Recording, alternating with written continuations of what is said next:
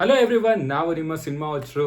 ಇವತ್ತಿನ ಸಿನಿಮಾ ಬಂದು ರಾಜ್ಬಿ ಶೆಟ್ಟಿ ಅವ್ರು ಆ್ಯಕ್ಟ್ ಮಾಡಿರುವಂಥ ರಕ್ಕಸ ಪರತೋಳ್. ಈ ಮೂವಿನ ರವಿ ಸಾರಂಗನ್ ಅವರು ಡೈರೆಕ್ಟ್ ಮಾಡಿದ್ದಾರೆ and fight master Ravi Varma ಅವರು ಪ್ರೊಡ್ಯೂಸ್ ಮಾಡಿದ್ದಾರೆ. ಒನ್ ವರ್ಡಲ್ಲಿ ಈ ಮೂವಿ ನಂಗೆ ಹೆಂಗೆ ಅನಿಸ್ತು ಅಂದರೆ, ನಂಗೆ ಸಖತ್ ಇಷ್ಟ ಆಯಿತು. ಐ ಲವ್ಡ್ ಇಟ್ ಅಂತ ಹೇಳ್ತೀನಿ. ರೀಸೆಂಟ್ ಟೈಮ್ಸಲ್ಲಿ ಬೆಸ್ಟ್ ಸೈಕಲಾಜಿಕಲ್ ಥ್ರಿಲ್ಲರ್. ಸೊ ಬನ್ನಿ ಒಂದೊಂದಾಗಿ ಪ್ಲಸ್ ಪಾಯಿಂಟು ಮೈನಸ್ ಪಾಯಿಂಟು ನಂಗೆ ಏನೇನು ಇಷ್ಟ ಆಯ್ತು ಎಲ್ಲ ಹೇಳ್ತೀನಿ. ಫಸ್ಟ್ ಪ್ಲಸ್ ಪಾಯಿಂಟ್ ಬಂದು ಇದರ ಡೈರೆಕ್ಷನ್ ಮತ್ತು ಪ್ರೊಡಕ್ಷನ್ ಅಂತ ಹೇಳ್ತೀನಿ. ಯಾಕಂದ್ರೆ ಇಬ್ರಿಗೂ ಇದು first film. Director Ravi Sarang ಅವರು ಫಸ್ಟ್ ಫಿಲಮ್ ಅಂತ ಹೇಳೋಕ್ಕೆ ಆಗಲ್ಲ, ಯಾಕಂದರೆ ಅಷ್ಟು ಚೆನ್ನಾಗಿ ವರ್ಕ್ ಮಾಡಿದ್ದಾರೆ ಅಂತ ಹೇಳ್ತೀನಿ. ಯಾವುದೇ ಎಕ್ಸ್ಪೀರಿಯನ್ಸ್ಡ್ ಡೈರೆಕ್ಟರ್ ಅಂತ ಹೇಳ್ಬೋದು, ಆ ಥರ ವರ್ಕ್ ಮಾಡಿದ್ದಾರೆ. ಬಟ್ ಅವ್ರದ್ದು ಫಸ್ಟ್ ಮೂವಿ ಅಂತೆ, ನಾನು ಅದನ್ನ ಕೇಳಿ ನನಗೆ ಶಾಕ್ ಆಯಿತು. ಸೆಕೆಂಡ್ ಪಾಯಿಂಟ್ ಬಂದು ಇದರ story, screenplay, concept. So ಒಂದೊಂದಾಗೆ ಹೇಳ್ತೀನಿ. ಕಾನ್ಸೆಪ್ಟು ತುಂಬ ಯೂನಿಕ್ ಆಗಿದೆ. ನಾನು ಕನ್ನಡ, ತೆಲುಗು, ತಮಿಳ್, ಹಿಂದಿ, ಮಲಯಾಳಂ ಎಲ್ಲ ಭಾಷೆಯಲ್ಲೂ ನಾನು ಆಲ್ಮೋಸ್ಟ್ ಈ ಸೈಕಲಾಜಿಕಲ್ ಥ್ರಿಲ್ಲರ್ ಎಲ್ಲ ನೋಡಿದ್ದೀನಿ. ಎಲ್ಲೂ ಈ ಥರ ಯೂನಿಕ್ ಆಗಿ ಕಾನ್ಸೆಪ್ಟ್ ನಾನು ಎಲ್ಲೂ ನೋಡಿಲ್ಲ. ಕೊಳ್ಳಿದೆವ ಅಂತ ಒಂದು ಕಾನ್ಸೆಪ್ಟ್ ತೊಗೊಂಡಿದ್ದಾರೆ. ನಂಗೆ ಒಂಥರ ಯೂನಿಕ್ ಅನಿಸ್ತು, ಹೊಸ ಥರ ಅನಿಸ್ತು. ನನಗಂತೂ ತುಂಬ ಇಷ್ಟ ಆಯಿತು. ಆ ಕಾನ್ಸೆಪ್ಟಲ್ಲಿ ತುಂಬ ಇಷ್ಟ ಆಯಿತು.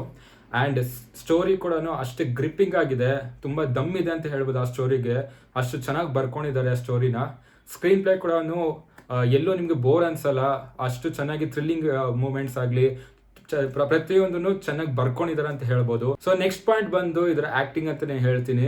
ಸೊ ಆಲ್ಮೋಸ್ಟ್ ಎಲ್ಲರೂ ಸಖತ್ತಾಗಿ ಆ್ಯಕ್ಟಿಂಗ್ ಮಾಡಿದ್ದಾರೆ ಅಂತ ಹೇಳ್ತೀನಿ. ರಾಜ್ಬಿ ಶೆಟ್ಟಿ ಅವ್ರಿಗೆ ಹೇಳಂಗೆ ಇಲ್ಲ, ಕೊಟ್ಟಿರೋ ಪಾತ್ರನ ತಿಂದು ಬಿಸಾಕಿದ್ದಾರೆ.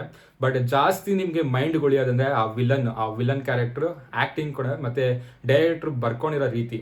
ಸೊ ಆ್ಯಕ್ಟಿಂಗ್ ಅಂತೂ ಚೆನ್ನಾಗಿ ಸಕ್ಕದಾಗಿ ಅದು ಹೇಳೋಕ್ಕೆ ಆಗಲ್ಲ, ಅಷ್ಟು ಚೆನ್ನಾಗಿ ಆ್ಯಕ್ಟಿಂಗ್ ಮಾಡಿದ್ದಾರೆ ಅವರು. ಆ್ಯಂಡ್ ಪ್ಲಸ್ ಡೈರೆಕ್ಟರ್ ಅವರು ಆ ವಿಲನ್ ಗುಣ ಏನು, ಅದು ಮೋಟಿವ್ ಏನು ಅಂತ ಆ ಕ್ಯಾರೆಕ್ಟರ್ ಬರ್ಕೊಂಡಿದ್ದಾರಲ್ಲ, ಹ್ಯಾಟ್ಸ್ ಆಫ್ ಅಂತ ಹೇಳ್ತೀನಿ. ಸೊ ನೀವು ಮೂವಿ ಆದಮೇಲೆ ಆಚೆ ಬಂದಮೇಲೆ ಆ ವಿಲನ್ನೇ ನಿಮಗೆ ಹೈಲೈಟ್ ಆಗ್ತೀರಾ. ಅಷ್ಟು ಚೆನ್ನಾಗಿ ಆ ವಿಲನ್ ಕ್ಯಾರೆಕ್ಟರೈಸೇಷನ್ ಅಷ್ಟು ಚೆನ್ನಾಗಿ ವರ್ಕೌಟ್ ಆಗಿದೆ, ಮತ್ತು ಅಷ್ಟು ಚೆನ್ನಾಗಿ ಅವರು ಪರ್ಫಾರ್ಮ್ ಕೂಡ ಮಾಡಿದ್ದಾರೆ. ಸೊ ನೆಕ್ಸ್ಟ್ ಪಾಯಿಂಟ್ ಬಂದು ಥ್ರಿಲ್ಲಿಂಗ್ ಮೂಮೆಂಟ್ಸು. ಸೊ ಸೀಟ್ ಥ್ರಿಲ್ಲರ್ಗೆ ಏನೇನು ಬೇಕೋ ಎಲಿಮೆಂಟ್ಸು, ಪ್ರತಿಯೊಂದು ಎಲಿಮೆಂಟ್ಸು ಈ ಮೂವಿಲಿದೆ. ಫಸ್ಟಿಂದ ಕೊನೆವರೆಗೂ ನಿಮಗೆ ಒಳ್ಳೆ ಥ್ರಿಲ್ಲಿಂಗ್ ಮೂಮೆಂಟ್ಸು, ಸಸ್ಪೆನ್ಸ್ ಆಗಲಿ, ಯಾರು ಮಾಡಿರ್ಬೋದು, ಇದೆಲ್ಲ ಅಂಶ ಈ ಮೂವಿಲಿದೆ. ಸೊ ನೆಕ್ಸ್ಟ್ ಪಾಯಿಂಟ್ ಬಂದು ಇದು ಮ್ಯೂಸಿಕ್ ಅಂತ ಹೇಳ್ತೀನಿ. ಸೊ ಮ್ಯೂಸಿಕ್ ಬಂದು ಸಾಂಗ್ಸ್ ಬಗ್ಗೆ ನಾನು ಹೇಳಲ್ಲ, ನಾನು ಸಾಂಗ್ಸ್ ಬಂದು ನೆಕ್ಸ್ಟ್ ಪಾಯಿಂಟಲ್ಲಿ ಹೇಳ್ತೀನಿ. ಇದರ ಮ್ಯೂಸಿಕ್ ಬಂದು ಅರ್ಜುನ್ ಜನ್ಯ ಅವರು. ಸೊ ಒಂದು ಥ್ರಿಲ್ಲರ್ ಮೂವಿಗೆ ಏನೇನು ಬೇಕೋ ಅದಕ್ಕೆ ಬೇಕಾಗಿರೋವಂಥ ಮ್ಯೂಸಿಕ್ ಪ್ರತಿಯೊಂದು ಚೆನ್ನಾಗಿ ಕೊಟ್ಟಿದ್ದಾರೆ ಅಂತ ಹೇಳ್ತೀನಿ. ಎಷ್ಟೋ ಸೀನ್ಗಳು ಆ ಮ್ಯೂಸಿಕ್ ಅಂದರೆ ನಮಗೆ ಥ್ರಿಲ್ಲಿಂಗ್ ಮೂಮೆಂಟ್ಸ್ ಕೊಡ್ತಾ ಇರತ್ತೆ.